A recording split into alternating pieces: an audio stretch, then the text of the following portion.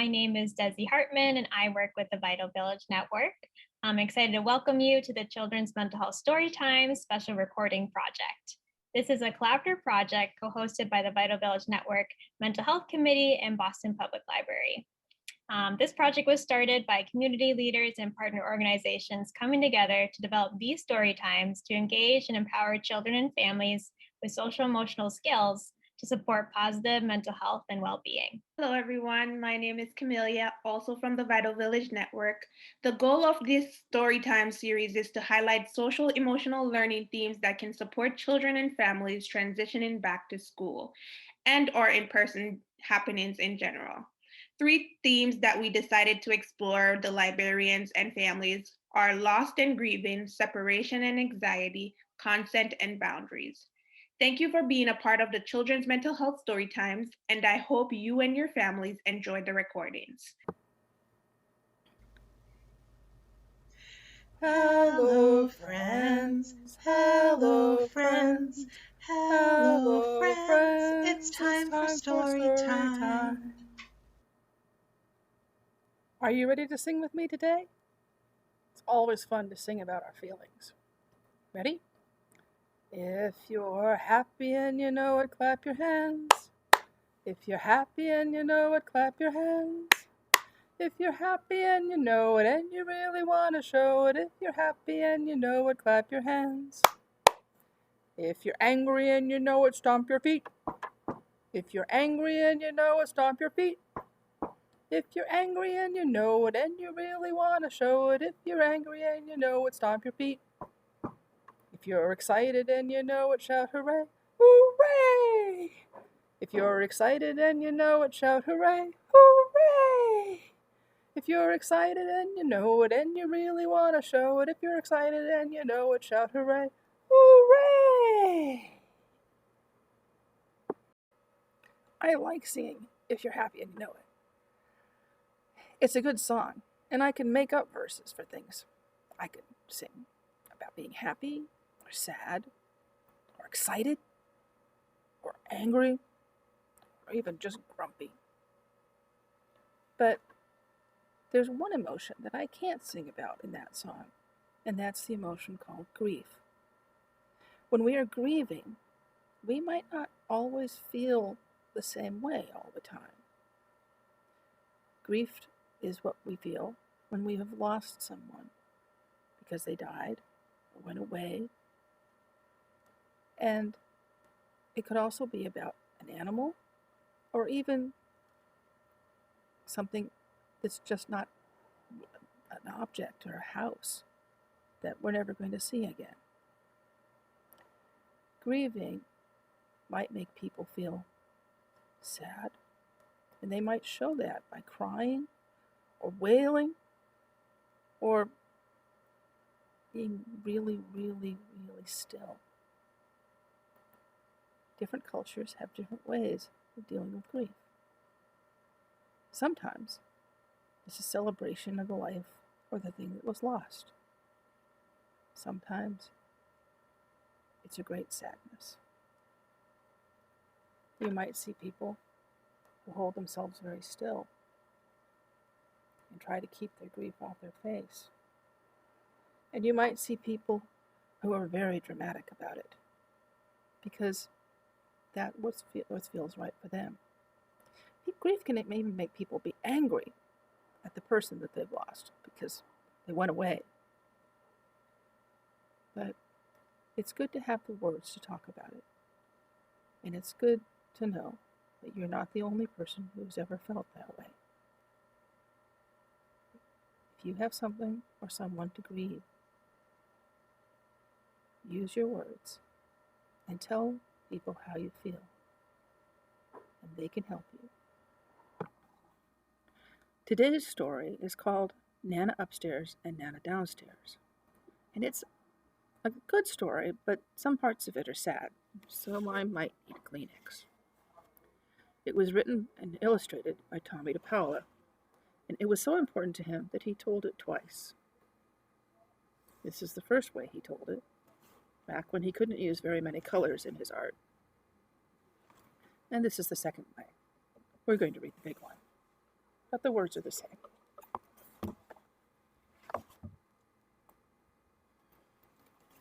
Nana Upstairs and Nana Downstairs, written and illustrated by Tommy DePaola, and published by G.P. Putnam & Son.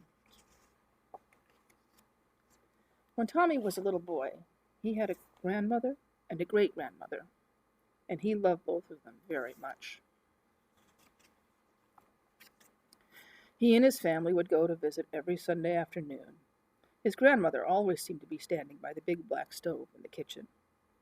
His great-grandmother was always in bed upstairs because she was 94 years old. So Tommy called them Nana Downstairs and Nana Upstairs.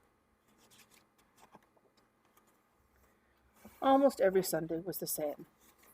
Tommy would run into the house, say hello to his grandfather Tom and Nana Downstairs, and then go up the back stairway to the bedroom where Nana Upstairs was.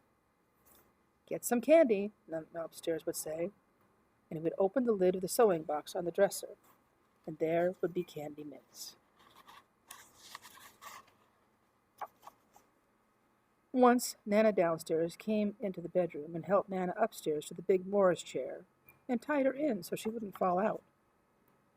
"Why will Nana Upstairs fall out?" Tommy asked. "Because she is 94 years old," Nana Downstairs said. "I'm 4 years old," Tommy said. "Tie me in a chair, too."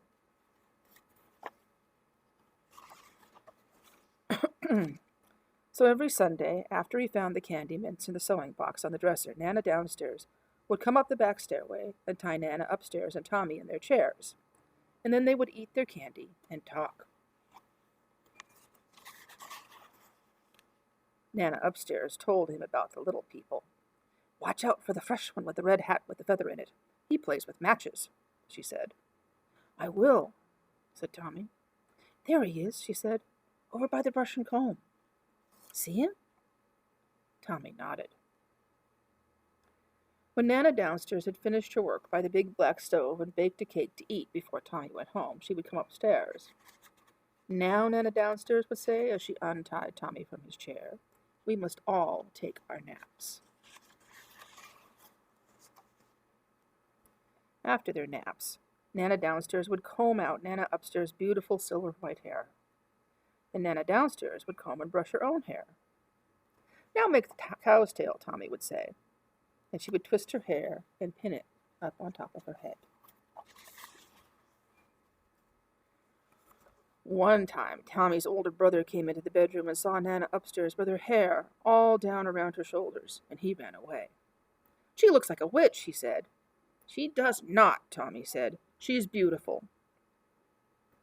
"Time for ice cream," shouted Grandfather Tom, and Tommy and his brother went with him, and sometimes their father and their Uncle Charles, down to the ice cream store.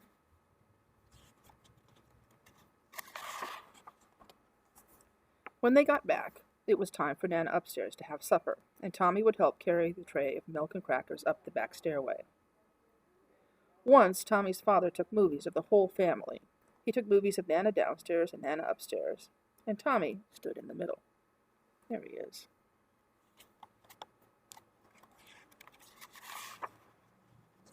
One morning, when Tommy woke up at his own house, his mother came in to talk to him. "Nana Upstairs died last night," she said. "What's died?" Tommy asked. "Died means that Nana Upstairs won't be here anymore," Mother answered.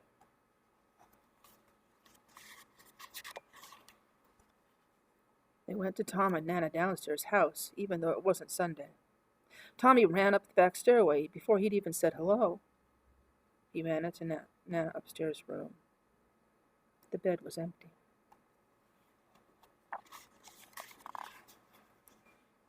Tommy began to cry. "Won't she ever come back?" he asked. "No, dear," Mother said softly, "except in your memory. She will come back in your memory whenever you think about her." From then on, he called Nana Downstairs just plain Nana. A few nights later, Tommy woke up and looked out his bedroom window at the stars. All of a sudden, a star fell through the sky. He got up and ran to his mother and father's bedroom. "I just saw a falling star," he said. "Perhaps that was a kiss from Nana Upstairs," said his mother.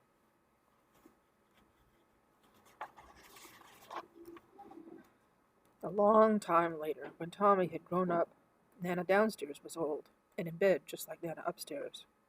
And she died too. And one night, when he looked out the bedroom window, Tommy saw another star fall gently through the sky. Now you are both Nana upstairs, he thought.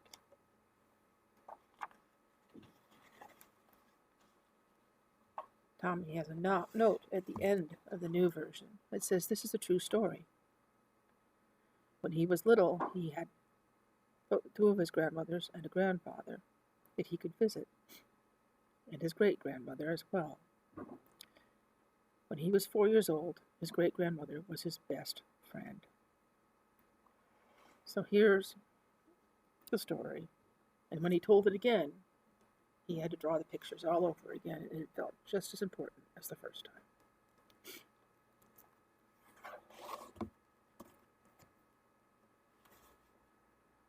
Nana upstairs and Nana downstairs. In the story, Nana upstairs and Nana downstairs, both happy things and sad things happened. And at the end, after Nana upstairs died, Tommy's mother told him to remember her, and that he would always be able to remember her.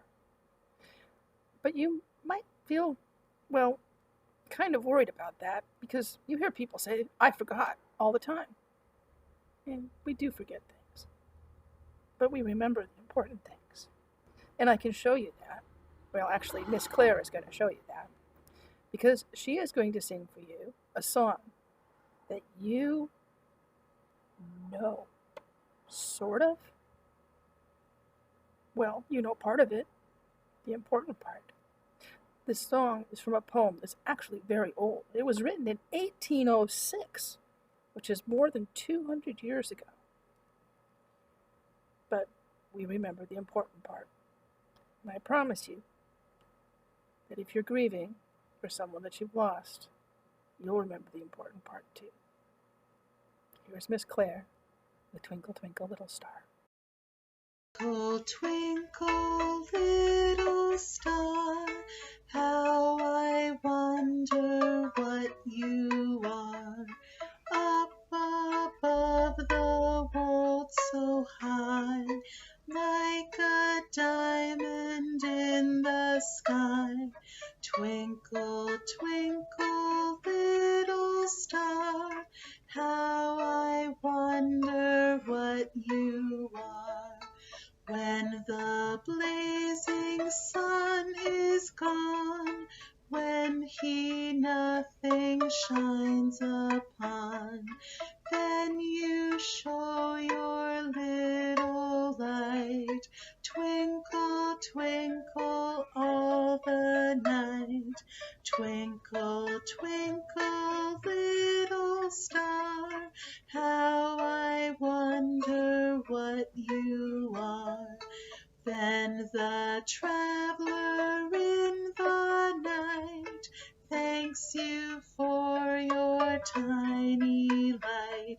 He could not see which way to go if you did not twinkle so. Twinkle, twinkle, little star, how I wonder what you are. In the dark blue sky you keep, and often through my curtains peep. For you never shut your eye till the sun is in the sky. Twinkle, twinkle, little star, how I wonder what you are. As your bright and tiny spark lights the traveler in the dark, though I know not what you are. Twinkle, twinkle, little star. Twinkle, twinkle, little star, how I wonder what you are. Everyone, my name is Miss Claire. One reason that I wanted to sing Twinkle, Twinkle, Little Star for you is that I find music very comforting. Music makes me feel better, even when I'm very sad. Now, Miss Cindy talked to you about grief and grieving. Grief is a big, big feeling, and if you have lost someone or something, you might keep feeling grief for a long time, maybe even forever. Sometimes the ways that you show your grief might change. You might want to talk, or you might want to be quiet. You might want to be alone, or you might want to be with your loved ones.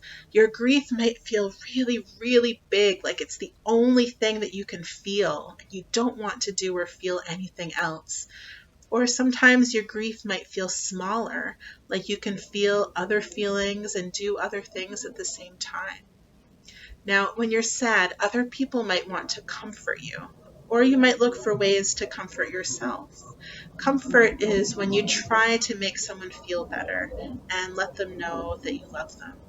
That doesn't make the feeling of grief go away, but it still helps. This next story is about that. Maybe Tomorrow, written by Charlotte Agel, illustrated by Ana Ramirez Gonzalez, and read with permission from Scholastic Press. Now, before we even start the story, we can see Elba. So she's the protagonist. She is who this story is about. So let's look at her face. What emotions do you think she might be feeling? And let's notice this. There's a string attached to her wrist. I wonder what that is for. Elba had a big block. She'd been dragging it around for a long time. It made her walk slowly. It made her think darkly. It was heavy. Norris danced wherever he went, even uphill. One day, Elba was sitting on her block in the park, like she usually did. Along came Norris in a cloud of butterflies. At first, Elba could barely see him in all that shininess. "Hello, I'm Norris," he said. "Do you want to go on a picnic?" "I'm Elba," said Elba. "I do not go on picnics." "Well, what do you want to do?" asked Norris. "Sit here with my block." "But you're doing that already." "I know." "Is it fun?" "Not really, no." "What's in it?" Norris wanted to know.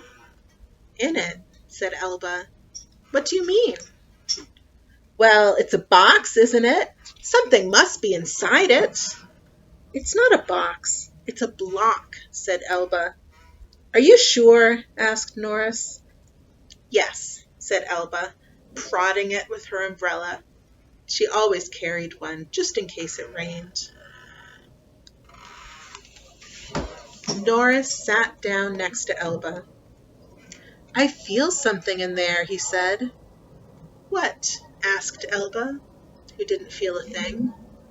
"Something sad," said Norris. "I think it wants to come out." "How?" whispered Elba. Norris and Elba sat there thinking. The butterflies flitted this way and that. "Maybe tomorrow?" asked Norris as the sun set. "Maybe," said Elba.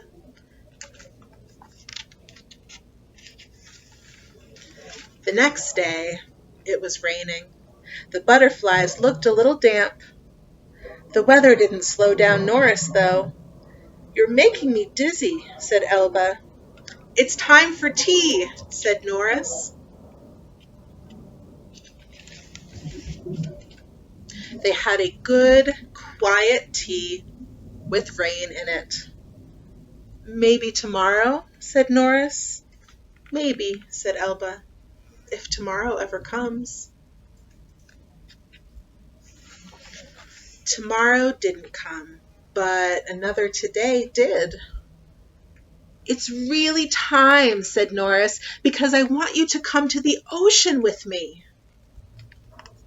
Okay, I'll just take my block, said Elba, surprising herself. But it's too heavy, she added. Right? My butterflies and I will help you, said Norris.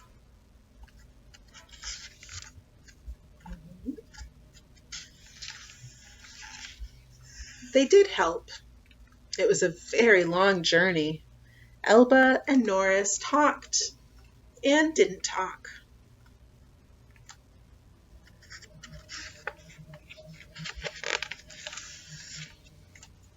Here are some of the things they saw on their journey.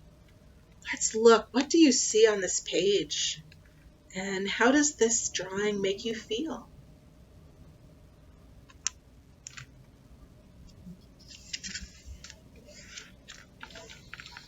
I miss little bird, said Elba, as they crested the hill. She is gone. I miss her too, said Norris. Elba paused. But you didn't know her. No, said Norris, but you are my friend, so I can help you miss her. By the time they got to the shore, Norris knew many things about Little Bird. We watched the moon together, Elba said.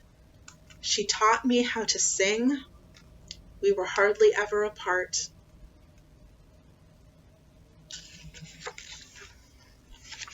She loved you so much, said Norris. Yes, said Elba, as the waves crashed. Some of the butterflies started to fly out toward the horizon. Come back, shouted Elba. It's okay, said Norris. Sometimes we have to let things go.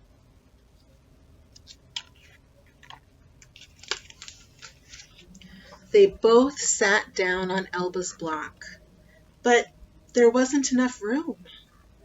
I think it's smaller, said Elba in amazement, and lighter. Definitely, said Norris.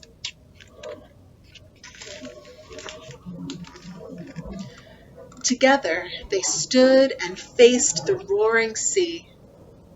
I'll always have this block, you know, said Elba. Yes, maybe you will, said Norris, but I'll help you carry it sometimes.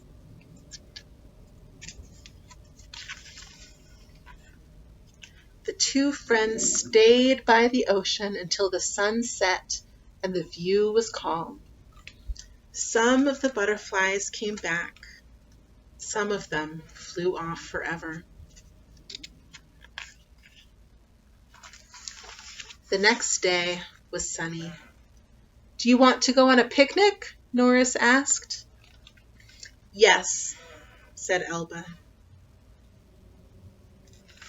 The end.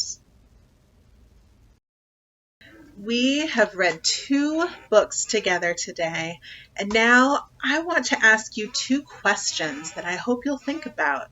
The first question is, why do you think this book was called Maybe Tomorrow? What is so important about tomorrow? What might happen tomorrow? The second question is, when you are feeling sad, what are some of the things that make you feel better? It doesn't matter if you're big or little. We all have big feelings, and sometimes we need help with them. Thank you for joining us today. Goodbye, friends. Goodbye, friends. Goodbye, friends. We're glad you came today.